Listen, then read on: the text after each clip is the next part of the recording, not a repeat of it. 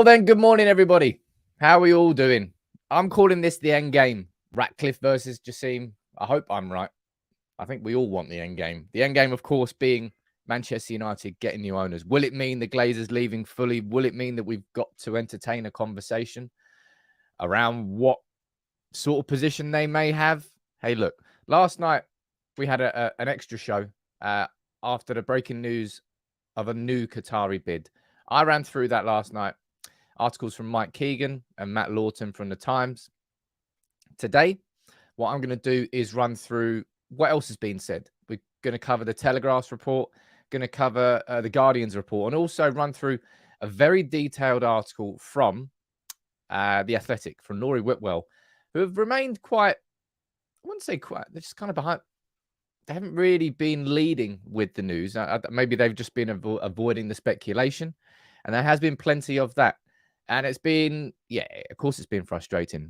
Trust me, I've been just as frustrated as you have been throughout this whole process and sort of the swings and the pendulum. But I'm calling it the end game because I feel like it is the end game now. After that Qatari bid went in last night, the Glazers, everything's been played out in front of them. They now have to make a choice. I'm going to run through all of that, discuss it all with you this morning because there's plenty more new discussion points off after last night that I want to run through and talk about with you. But good morning to everybody who's down in the comments. Paula, good morning to you. Paul, we've got Stuart, Mo, JVD, Jordan, Shax, good morning. Ricky saying, how do I access the new emojis? I'm sure somebody will let you know. But there's 20 new emojis for members. And there's another 10 coming. Neville, we've got Rudy, we've got Josh, and we've got Nathan, Jamie, we've got Robert, we've got Dallas Frederick. Good morning to you. On Facebook, we've got Steve, we've got Anthony, Gwynfor Lloyd. Look at that. It's a very Welsh name. Bradley Cooper. Maybe it's the real Bradley Cooper. Not sure it is. But look, good morning to everybody.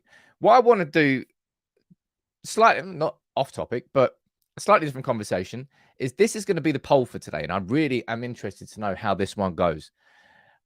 For the first time in, as long as I genuinely care to remember as a United fan, there is more than one player that you can genuinely argue about as being player of the year.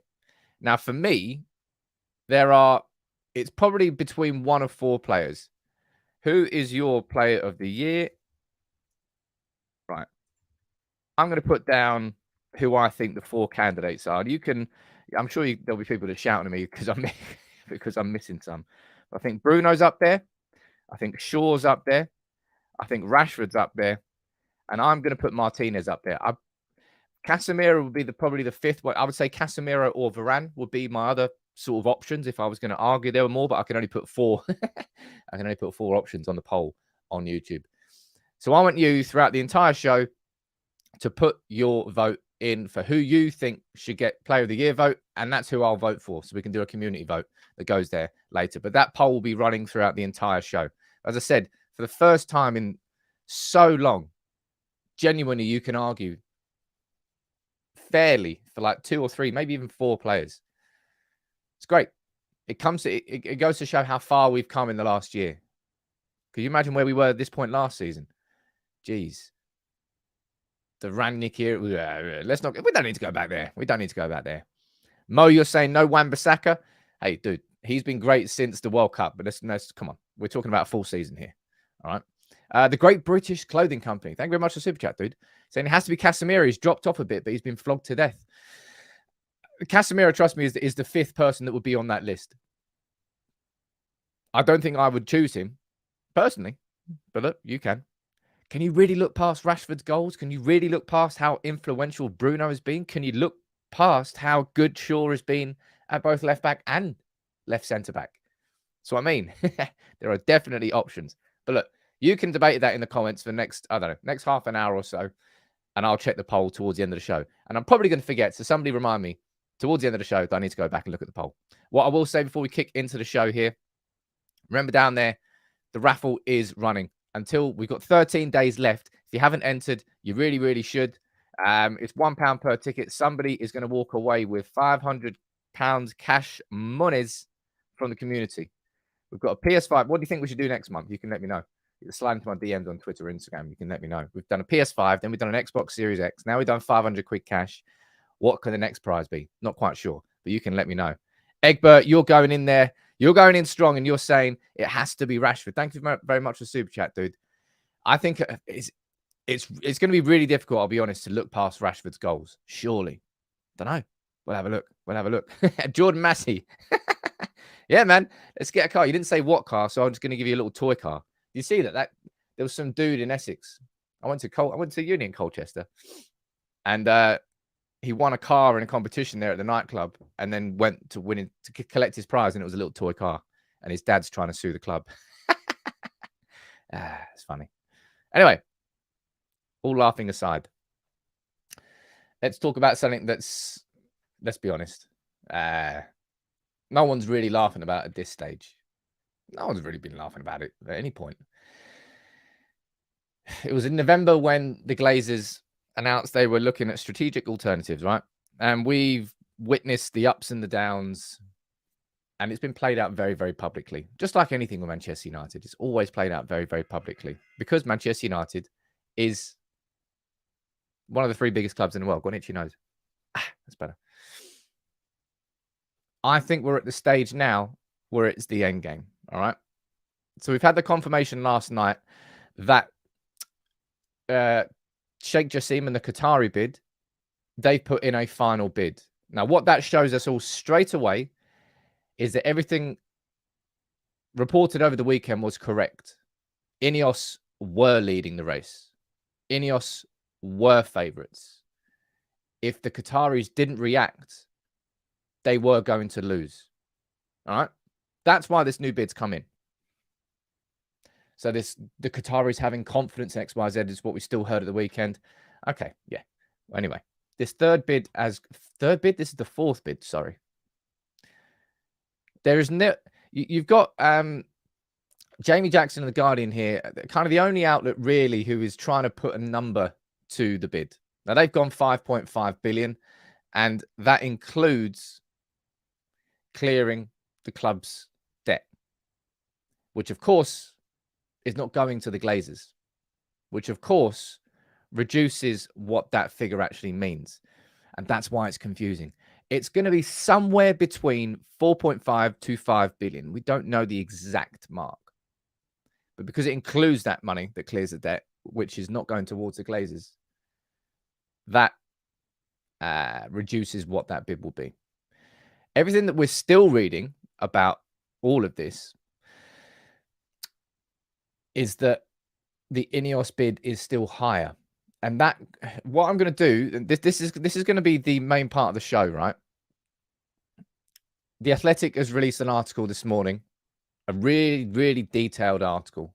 And I've gone through it and I've highlighted. I'm going to leave the link to the actual article here if anybody wants to read it themselves. Okay. Let me pop that in the comments there. I think the Athletic, well, no, I don't think the Athletic do very good work. I'm not trying to rip them off. FT White, let me know where you're watching from, dude. Nice to see you joining there as a member.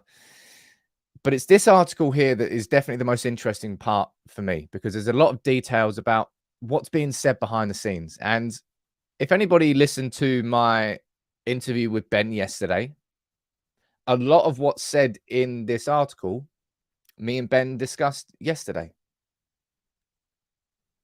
Ben's been very good throughout this whole process.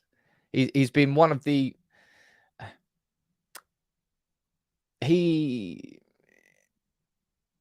From talking to him, I can see how journalists, not stuck in the middle, but they're very much just between 3 parties, the Rain Group and the Glazers, Sheikh Jassim and the 9-2 Foundation, and Ineos and Jim Ratcliffe. And everybody's just saying different things from different angles. And it's like, well, you're saying one thing, but you're saying another thing. And it's very, I can see how they're getting put in between a rock and a hard place. And that's what's just fueled this, this circle. I don't know. Right. I think Spence down there, oh man, what a hero, man. Spence, you ledge. Just gifted 5 memberships to everyone in the chat. What a hero. I actually fixed my camera today, so look, you can see. Sorry. You can see the top of the picture frame. I didn't realize that the camera had dropped. But look, What I want to do today, as I said, is the main focus of today's show is to run through this and the talking points that it raises, because there's plenty of them. Okay. As I said, I've gone through and I've highlighted what I consider some key points that I think that we should discuss, right? It's 176 days, by the way. Look at that. That's when the announcement was made. As ever, in a process that has meandered in various directions with plenty of contradictory claims along the way, and we know that full well. Several sources close to the deal, who, like others in this article, will remain anonymous, and that seems to annoy people. Oh yeah, you can point to. That's exactly how journalism works. It's exactly how whistleblowing works. Sources remain anonymous. And that's what defines a good journalist. Having sources that are good, that you can rely on. You don't have to know their identity if the information they're giving you is correct. And that's where the contradictory claims have come from, because everybody's like, well, is my source good? I don't know. And that's what's been a little bit confusing throughout this whole process. There's a couple of super chats. Let me read these out. PJ, thank you very much, dude. You're saying they say it's higher than Sir Jim Ratcliffe, but only if he purchases the whole club, including the New York Stock Exchange. Has he said he will, or is it written in? PJ, that's a little bit late, probably in about 15 minutes or so. We go down. I'm going to go into specifics of that. That's what I mean. This is a very, very good article. That a lot of questions that you might have that you are asking there will be answered as the show goes on. Jibat, you're saying, thank you very much, dude. You're saying Rain will be comparing total cash to Glazable takeaway in each case. With Qatar, it's 5.5 billion up front. With SJR, it's 4 point up front with your call option for 31%. There's so many numbers. I don't know what I'm looking at. Yeah, overall, Jim Ratcliffe will pay more according to how much would actually be put up front at this point. Yes, you're correct. Egbert, nice to see you joining there as a member, dude. Ledge. Right. Let me try and dive into the numbers here. Notably, in a new development, bankers associated with past acquisitions by Ineos were very recently instructed to pull together specific financing for the United deal. So behind the scenes from Ineos are taking that step further. And Ineos have, is it that one there? Remember, by the way, up until about, I don't know, should we call it maybe 4 weeks or so? Ish. It was all about Qatari leading the race, Qatari leading the race, Qatari leading the race. Leading. I think pretty much up until when the story broke about Jim Ratcliffe and Ineos creating that deal that might see Abraham and Joel stay on. I think that you can let me know in the comments below what you, at some point it switched, didn't it? Because it was always about the Qataris leading the race. Qatar is confident they're going to win. And then at some point it switched to Ineos and Ratcliffe. And that's not really changed since. And now everyone, not everyone, but a lot of people are really suggesting that that is the way it's going. Neil, your legend, Neil Thompson down there gifting 5 memberships. Who are the lucky 5? Let me go and read some names out. Chris Jackson, Kenny, Carito, Hemj, and Sa. Man, legend. Thank you so much, Neil. Let me whip the gong out. Whip the gong out? Shouldn't have said that. Damn it. Anyway, let's go back here. And let's read a bit more. As I said, this is an extremely detailed article. And look, there's the words endgame, and maybe that's where I got the inspiration from, but I was speaking about the endgame last night. This is a big, big point, right? That I want to discuss with you, and I want to get your opinion on this. The sense things had up until that point, up until probably a few weeks ago, that it was going towards the Qatar. Sorry, I think I'm confusing this. Let me just read the sentence out. The sense things had up to that point been heading in the direction of the 70-year-old from Failsworth comes from financiers who have spoken recently to counterparts at Rain and is strengthened by a mystique around Sheikh Jassim. Some at Rain are surprised there has been no direct contact with the man central to the Qatari proposal. Now, again, if you listen to the interview that I had with Ben yesterday, this is something that he raised. Up until this point, we've got what? I think we've got a couple of photos of Sheikh Jassim. There's not been any direct involvement, and that's been on purpose. That's been the way that the Qatari bid has decided to front. You've got shady what's his name? Shabazz, who I think is the president of the 92 Foundation, and Fadi Bakos, who I think is his representative. It's a bit confusing there, I know. But this is the reason I'm highlighting this, is because this is something that Ben pointed out yesterday, and it's something that again has been pointed out by Laurie Whitwell this morning, which means there's two corroborated sources, which means that somewhere behind the scenes, it's definitely being pointed out as a concern. It's not being pointed out as an issue. It's being pointed out as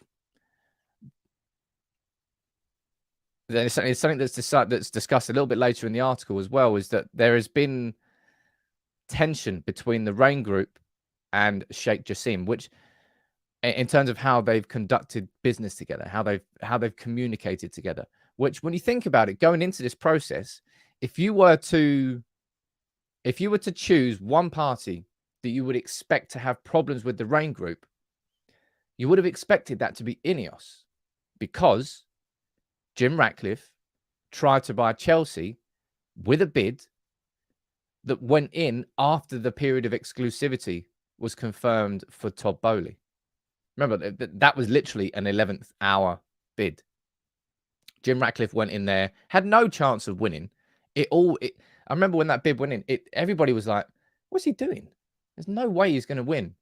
And everybody sort of felt that it was maybe like a nod from Jim Ratcliffe to say, look, all right, I want to buy a football club. I know I'm not going to get Chelsea, but I would have expected there to be, more tension between Ineos and the Rain Group rather than Sheikh Jassim and the Qatari bid. I don't know. That's an interesting one. So many people down there. I think Sam is pro Jim. Just say you're pro Jim, man. Sam, pro Jim, Sam. Just because I'm covering, I'm not even reporting. I'm trying to interpret the news with you and try and help all of us understand it. Just because it's not something that you want to hear, all of a sudden, I'm on an agenda. I think that's where people are using the word agenda these days. I mean, I've spoken about this so many times on the channel, a personal frustration of mine. If I'm saying something that you don't agree with, it's an agenda. No, it's just an opinion that you don't agree with, and you're just slapping the word agenda on top of it. I think that's what a lot of people do these days. I feel like that's where the word agenda is just all of a sudden just jumped in. It's so misused. Agenda and literally, two of the most misused words I can see here. Right, let's dive into this article. As I said, the reason I'm pulling that up is because I spoke about it with Ben earlier yesterday, and Laurie Whitwell saying the exact same thing. So there's no smoke without fire. More than one person saying it. Clearly, something's being whispered behind the scenes here. Clearly, this is part of it. This has been spoken about in terms of that mystique. Some believe that the level of privacy of the Jassim bid means that the Premier League would take longer in ratifying a Qatari takeover, making a deal less appealing to the Glazer siblings who want to cash out immediately. And again, that's kind of the opposite of what I've been saying, because I spoke when I was speaking with Ben yesterday. I said, if you look at the two bids, you're looking at the Qatari bid and you're looking at the Sheikh Jassim bid. I said, surely the Sheikh Jassim bid is much more simple. 100% takeover of the club, cash deal, done. What's your sort code and account number? There you go. There's $5.5 billion. Off you pop. Simpler in those terms, yes. But maybe I'm not thinking about the Premier League's rules and the fit and that fit and proper owners test, which they never did when the Glazers came in. I thought it was simpler, but maybe it's not. Maybe that level of mystery, that level of privacy, maybe that would complicate things. And that's what this is all just a suggestion, right? These are all things that we have to take into account and consider. It might not be what you want to consider, but that's what it is. You've got to consider it. I know. Reeks the agenda. I'm a potato. How you doing, buddy? You're saying, would Ineos as a business really be able to pump in another 2 billion into the club on top of the purchase price? That is my concern. Well, we know full well that if they were to buy Manchester United, it would be a finance deal. That if they were to then become the new owners, that they would finance the infrastructure development. And given the assets of Ineos, they would be able to get that finance. That's not an issue for them. The issue for me is where that debt would exist. How much would it... I don't want debt associated to Manchester United at all in any way or which form. And I don't want indirect debt associated with the club either. It might not be Manchester United's debt, but the only reason that debt exists on Ineos's books is because they bought Manchester United and the debt that's associated by it. Therefore, it's indirect debt. I don't know whether it would have any impact in how they own and how they run Manchester United, but you couldn't categorically rule out the fact that it could have an impact, even if you wanted to. Fizz, you're legend. So many great people in this community, man. I can't wait to do a meetup at some point. You just gifted 5 memberships. The gong, that's more a tickle. What else are you saying down here? And you're saying, I like the fact that Qatar remained classy and professional in this whole process. No media milking, shenanigans. Everybody's been involved. Everybody has. Just because they've been doing it. No one's got their nose clean in this whole situation at all. Nobody. The Rain Group, Sheikh Jassim, Jim Ratcliffe, Ineos, the Glazers, they've all been involved in all of this. Some maybe more publicly than others, but they've all been involved and they've all contributed to this chaos. Ultimately, we know who is at the center of this chaos.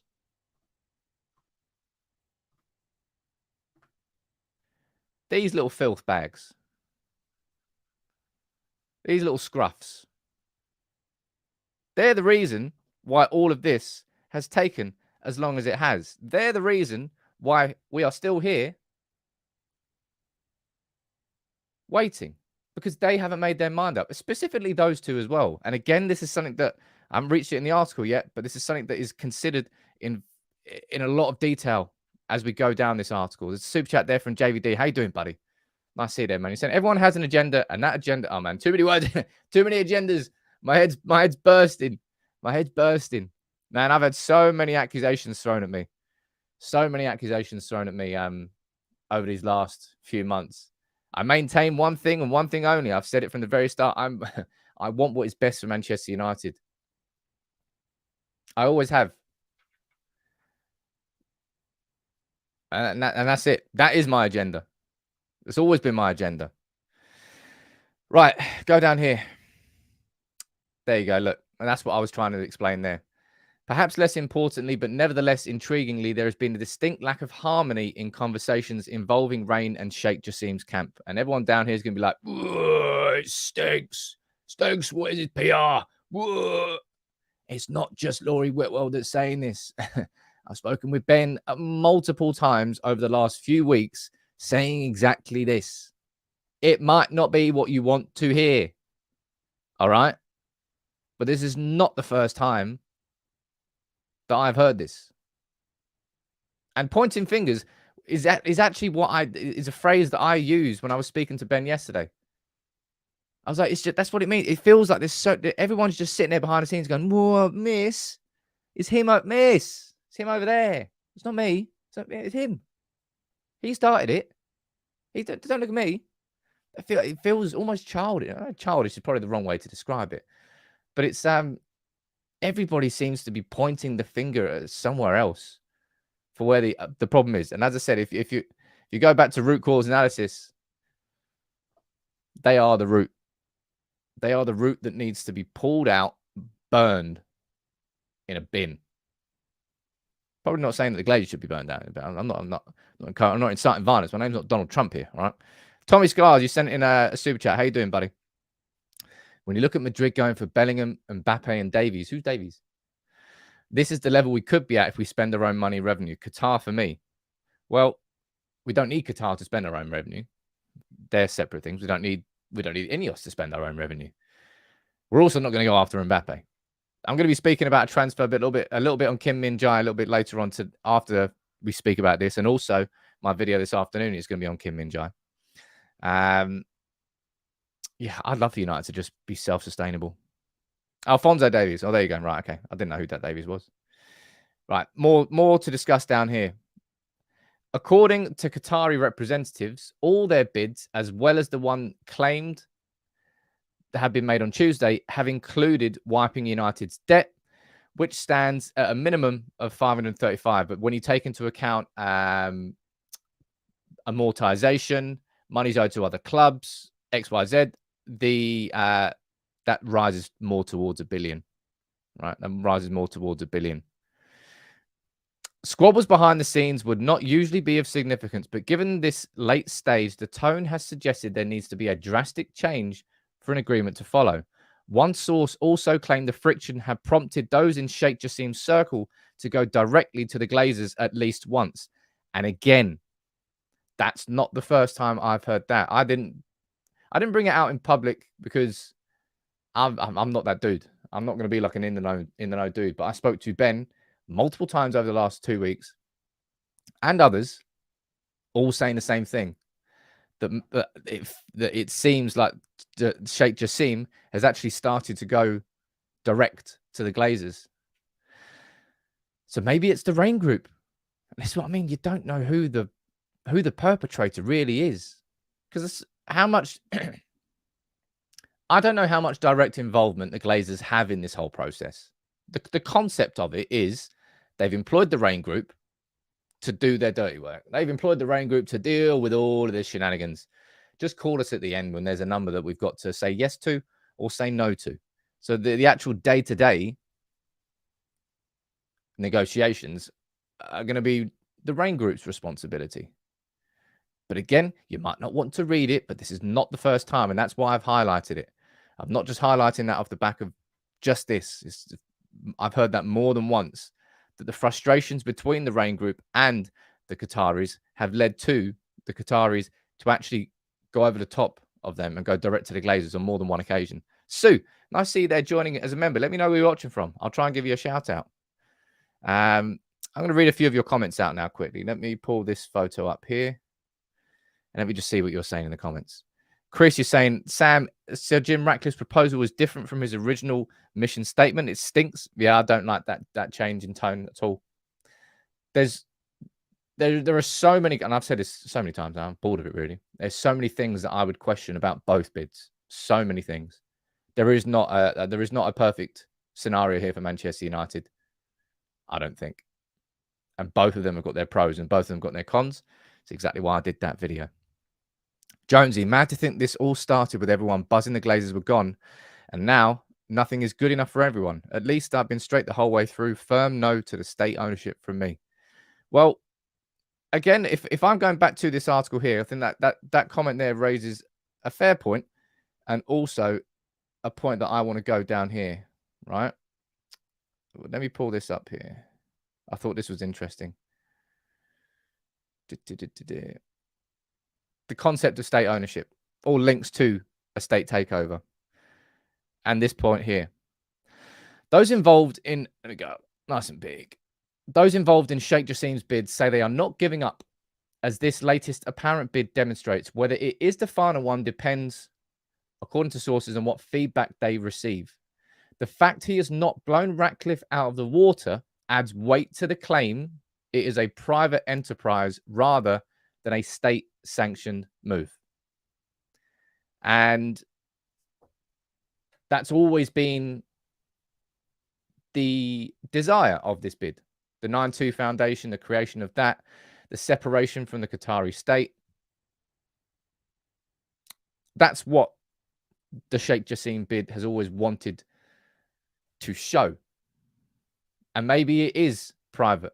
It still kind of stands that no one there is really spending $5 billion without the blessing of the Emir.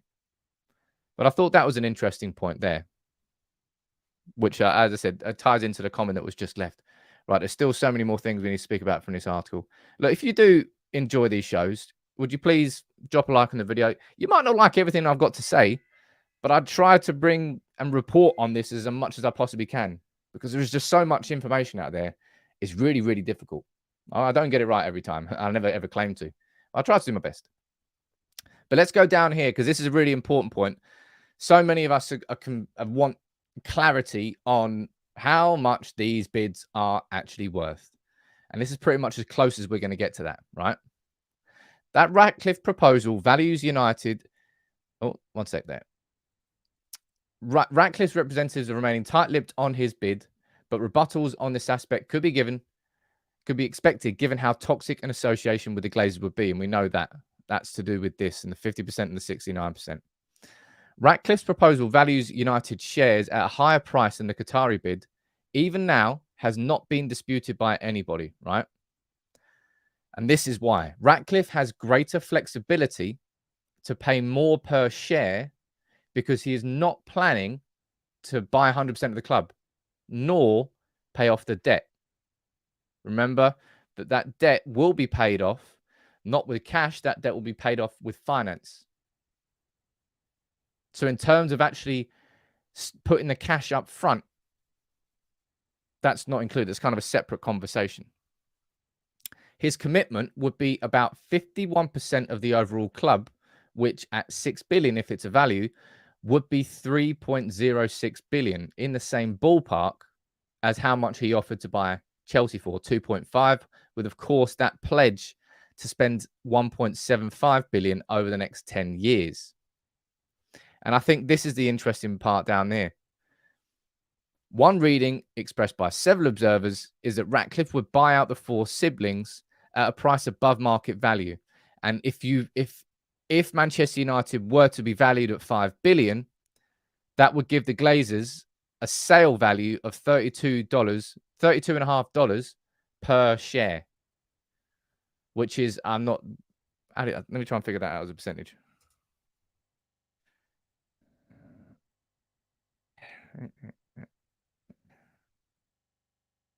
See if I listened at school.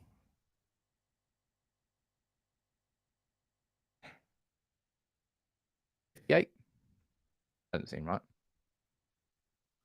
Got it wrong. Hang on. Anyway, it's a lot more. What's that? $14 per share more than market value. That's a serious markup. Ross, you're saying it's 90%. That seems a little bit better. That seems a little bit better than 58% I just got. But that's a massive, massive increase. And this is where the Glazers are squabbling. Because this is a proposal which Brian, Kevin, Edward, and Darcy would love. They get a huge payout now. No ifs or buts or maybes or waiting. Now. And it's a huge increase on what the market value is. They're not going to get a better payout than that. However, I don't know.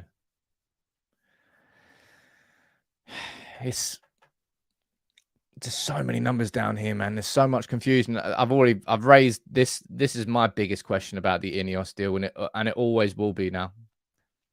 If Ratcliffe wins,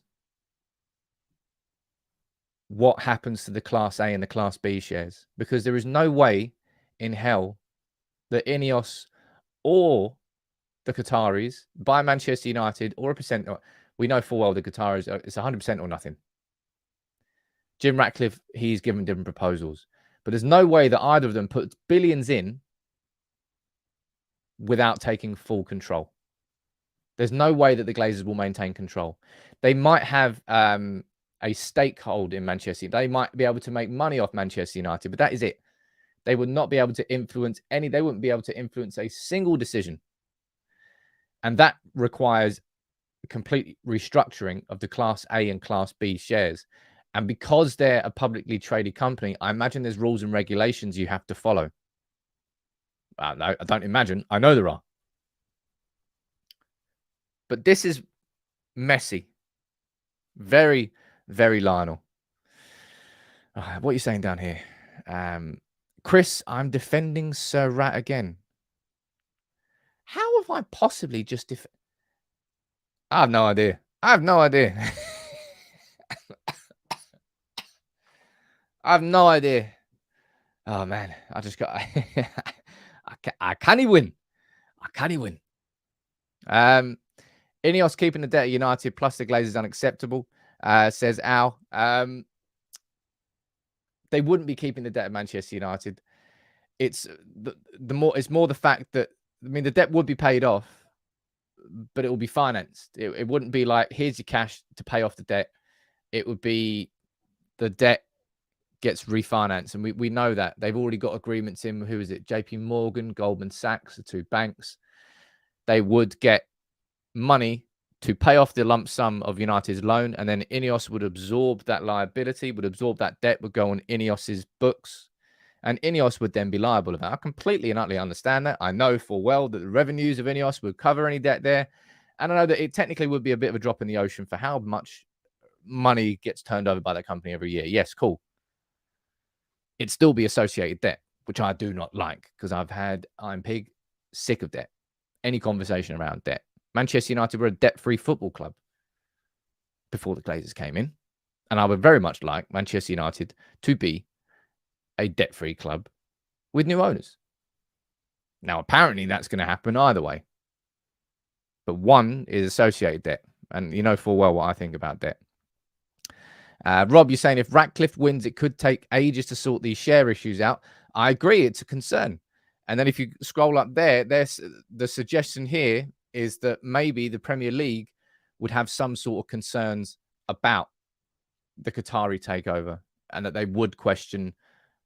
I'm sure they would question source of funds, everything like that, right? They would question source of funds for both. Let me see what else I've written down here. This is an interesting one, right? Because I wanted a little bit of clarity in this, and we've got a little bit of clarity. You know, we've heard about it's called the put and call option. The idea that if Jim Ratcliffe comes into Manchester United, buys 51%, how and when does he get the other 20%? How and when do we finally say goodbye to Joel and Avram? That's what this offers a little bit of insight into, right? Sky News has reported that Jim Ratcliffe's bid includes put and call options, which would make sense as an exit route for Joel. An investor with shares in United explains what they are. A put option probably means that Joel and Avram can force Ineos to buy their shares at a minimum price at some point in the future. For instance, $30 per share, which protects them from losing any money. The call option for Ineos probably means they can buy the Glazers shares at a higher price any time before a certain date. So now I kind of understand what a put and a call option is. A put would be the Glazers' way of saying, right, doesn't matter when we ask for it, but if at any point we ask you to buy our shares, you're going to pay us this amount, regardless of what's going on with Manchester United. The call option would come from Ineos and say, look, right, we want to buy you out now. And there's going to be a price on that. Either way leads to the Glazers leaving. The thing that I want to have real clarity on is the obligation of that. I want the obligation of that. I don't want to hear like this could happen. It's an if or a maybe. It has to be an obligation. And this sort of information we won't know at any point. I mean, we may never know that information, in fact. Kodama, Sam's done a complete U-turn. Doesn't have the balls to say it for fear of a backlash. # disappointed. Sorry, Kodama. I'm sorry I've disappointed you. I've disappointed a lot of people in my life. I'll be completely honest. Tommy Scars, you sent a super chat. So Jim out. Qatar debt-free in. Can I get a high? Yeah. I'm sure there are plenty. Mate, dude, there are so many United fans who agree with you. And there are so many United fans who, like me, can see the positives of. There is no way that I'm gonna sit on the rooftops and swing an Ineos flag or swing a Qatari flag. Neither of those bids are perfect enough for Manchester United that I will commit my 100% support to. And if you can't understand that, that's on you. All right, I can't help that anymore. I cannot help. I'm not here to sort of sway you either way. Right? I'm here to sort of present everything, and you can make your mind up. But it's almost like the more information keeps coming out, and it keeps dragging me one way or the other. That's what this shit has been doing to me. I'm sure it's been doing to plenty of you as well. 1 second down there. I just want to make sure that I haven't missed any super chats down here. There we go. No, we're good. There we go. Oh, I'm a rat as well, apparently, which is nice. That's good. Have I been called a rat before? I'm not sure I've been called a rat before. That's nice. Tony, you sent a super chat. What are you saying, buddy? I'm confused. How does this affect the other 31%? Wouldn't they require a similar valuation and could hold out for a similar valuation? The other 31%, Tony, of course, is the publicly available shares. And let's be totally honest, right? They're going to want, there would be pressure from them. They can't do it. They can't do a damn thing. Who is it? I think it's like Lindsay Train. It's like an investment firm in USA. They own 20% of Manchester United. Right? Imagine they're reading this. They're reading that this offer would give the four Glazers $32 a share. Manchester United right now, let's pull it up. Manchester United share value. Right. This is the current stock price of Manchester United. That's actually gone up overnight. This is the current price of Manchester United. They would absolutely love the idea of getting $32.5 a share. They would want that to happen in a heartbeat. So it wouldn't be difficult to purchase that. I mean, I was saying that. I'm sure it wouldn't be that difficult to purchase those shares if it was the Qatari bid and they followed through and they went for the 100%. Jim Ratcliffe doesn't really have any intention of doing that, because to maintain control of Manchester United, he doesn't need 99 point. He doesn't need 100% control. He doesn't need 100% of the shares. He needs 50.1% of the shares. That's what Jim Ratcliffe needs to have control over all decisions at Manchester United. He has the majority, and that's what he cares about. So he doesn't. I think Ineos are looking at this very differently. They're basically looking at saying, what's the minimum we can pay whilst having control? That's kind of the way they're looking at it. Kalechi, Sam, please move on from this topic. It's depressing. Hell no, I won't. I'm talking about the single most important decision that will affect this football club for decades. This is going to be the prelude. It's going to precede everything that comes after. New owners. Just like it was in 2005 when the Glazers took over. People might get pissed off about it. I'm not going to stop talking. Oh, yeah, Sam. Let's just ignore... Sam, can you just ignore the takeover that's happening in Manchester United and talk about a centre-back that we might sign? That would be nice. Give over. Give over, people. Come on. I'm sure that not everybody says that. What else have I got written down here? This is the end of that article. I told you it was a big article. Several sources have been taken aback by the length of time this process has taken. Yeah, haven't we all?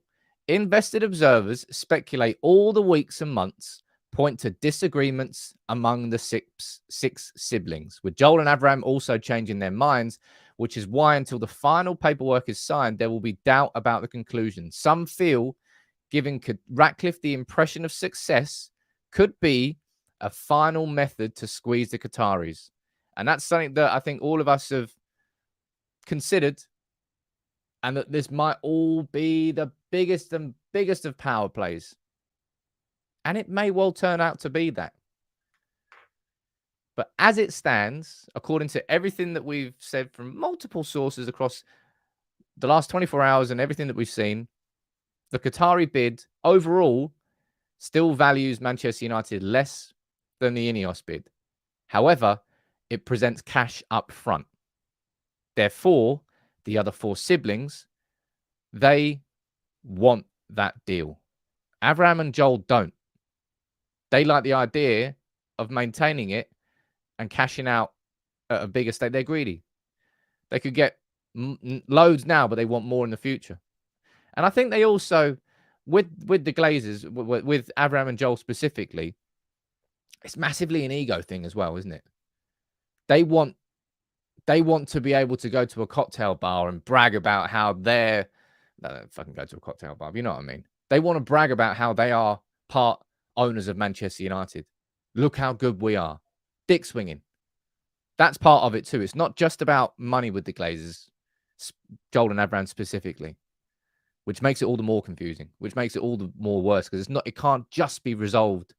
I'm sure it can be pretty much resolved with money, but it does go deeper than that. And that is that fuller article discussed, which took a while. As I said, it was extremely detailed. I'm so sorry for covering that this morning. And I'm so sorry for not focusing on the field issues or problems. Something I will say is that today's lunchtime video will be a good one. How good's that graphic? Big up to Ollie, by the way. Ollie's come on board and he's really helping me with some top tier graphics on the channel. That's, of course, Kim Min-jae and this Andrew Martinez having a little cheeky hug. I'm going to do a full story video on the Kim Min-jae reports, because there's been quite a lot over the last week or so. And I'm now going to cover them all from the very beginning to now. What's been said, who's been saying it, are they reliable? Are we actually going to be signing Kim Min-jae? Because he's a very exciting centre-back. You can see exactly where he would fit into Manchester United. I understand it. And that is why I'm going to run through this article. Well, this article, this whole story. What I will do first, though, is go back here, because,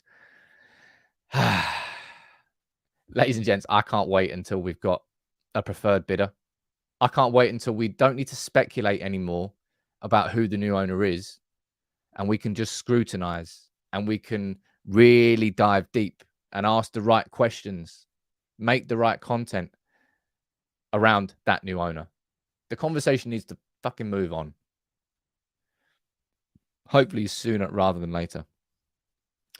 Right, let's go to the poll. Let me see what you're saying. So we have had, look at that, man. I love this community. 2,300 votes. That's the busiest poll that we've ever had so far. There's only 450 likes. Nearly 2,000 of you have voted on the poll, but you haven't dropped a like on the video. If you can just take 1 second now, please just drop a like on the video. It does make a big, big difference. It goes to show YouTube that, you know, you actually do enjoy the content, and some of you do. But let's see what the poll results are saying. We have got, oh man, that is toid like a toiger. I mean, oh geez, I'm gonna have to pull this up here. This might make my screen go a bit weird, considering it's going to be me on there. Let's scroll in, right? Look at that. This is what the poll is saying so far. We've had 2,300 votes. 33% of you are saying Bruno. 32% of you are saying Martinez. And 29% of you are saying Rashford. Ooh, I'm going to have to leave that going for the last minute or so, because it's right on the edge. It is right on the edge of whether we're going to vote for Bruno or Martinez. And you know full well the man crush that I've got on Martinez. Man, he's such a good footballer. He has been the difference maker in terms of United playing out from the back with the ball. He's sort of set the tone and the tempo. Bruno, all season long, you know, he's had some bad games, in particular Anfield, just like everybody did. Bruno's been incredible this season. But Marcus Rashford, where would we be this season without the goals? If we're talking most improved, it's a clear win for Rashford. Clear win for Rashford. But I can't vote right now. I can't put a vote in because it's 33% for Bruno and 33% for Martinez. I can't vote twice. I'm gonna have to leave it for another minute or so and see if it goes, because right now I actually can't vote.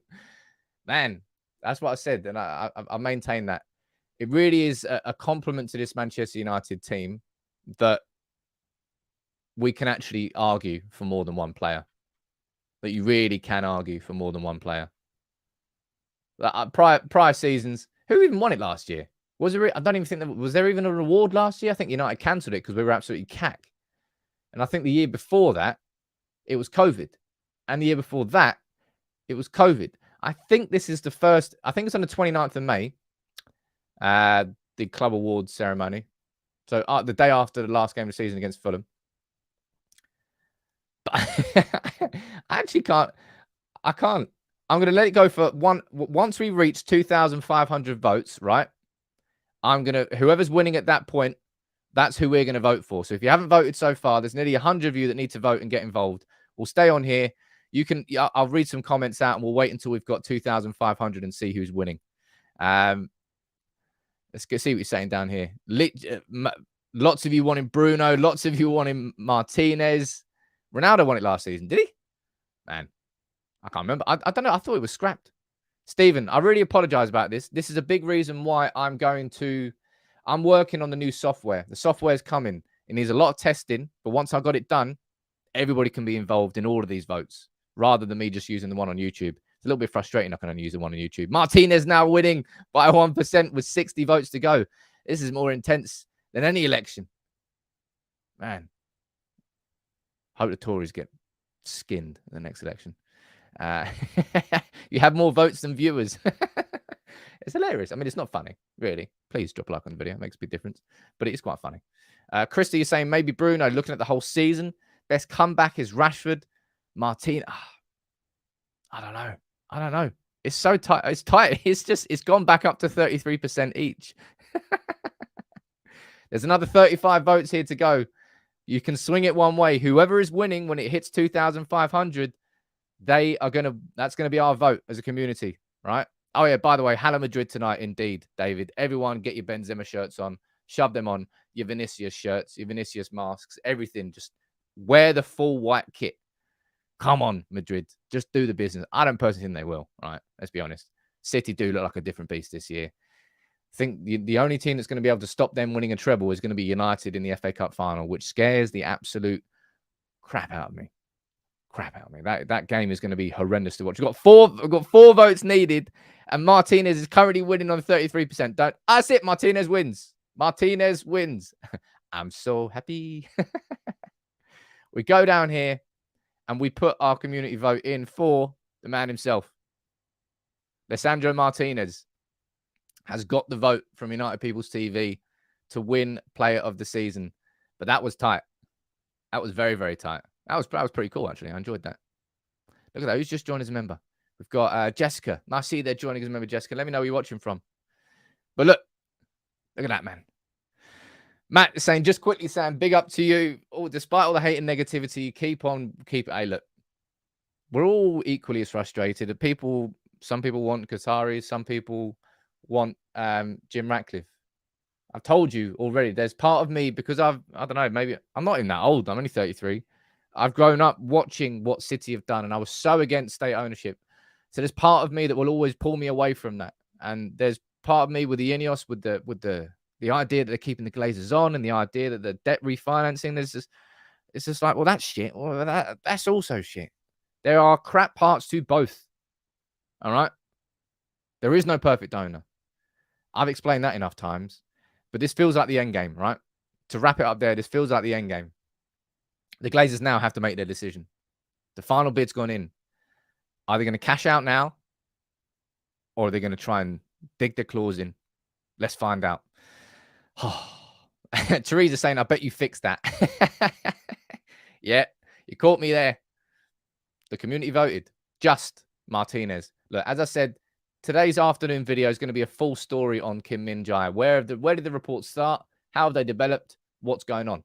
I'm going to cover it all in that video. Thank you all as a community for joining in.